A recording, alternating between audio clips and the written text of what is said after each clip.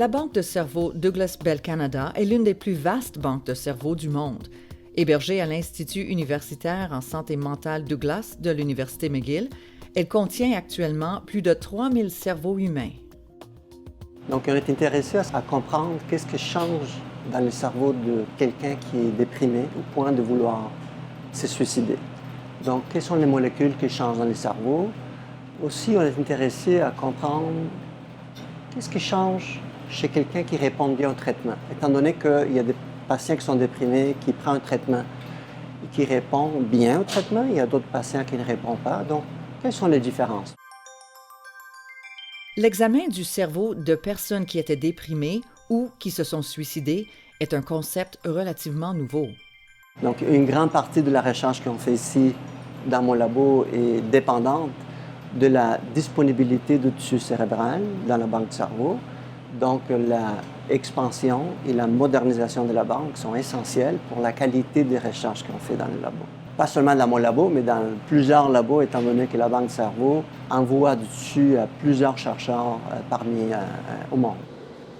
Alors voilà, j'ai une requête d'un chercheur qui demande certaines régions de cortex et des structures internes du cerveau de personnes qui ont souffert de schizophrénie.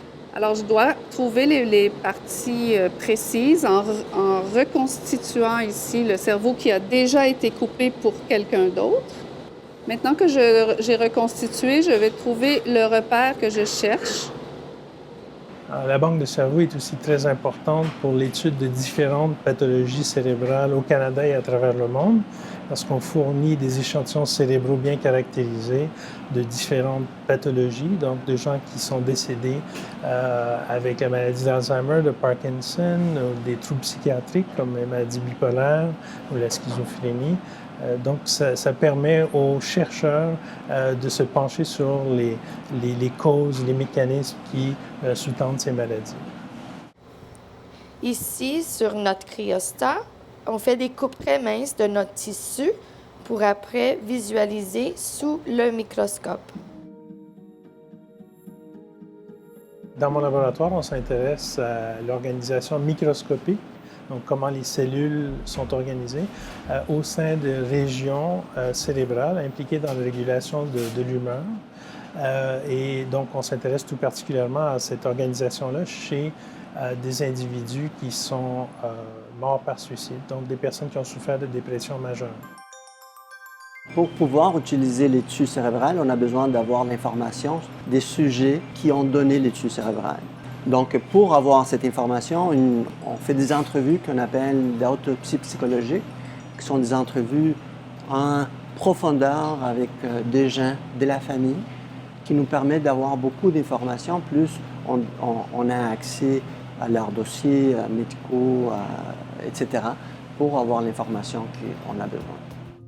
On apprécie énormément le geste qui est posé par les personnes qui signent leur consentement, donc pour le don de cerveau, que ce soit des personnes qui participent à des études cliniques ou à des cohortes donc longitudinales, par exemple, ou les membres de la famille de personnes qui sont décédées par suicide ou accidentellement.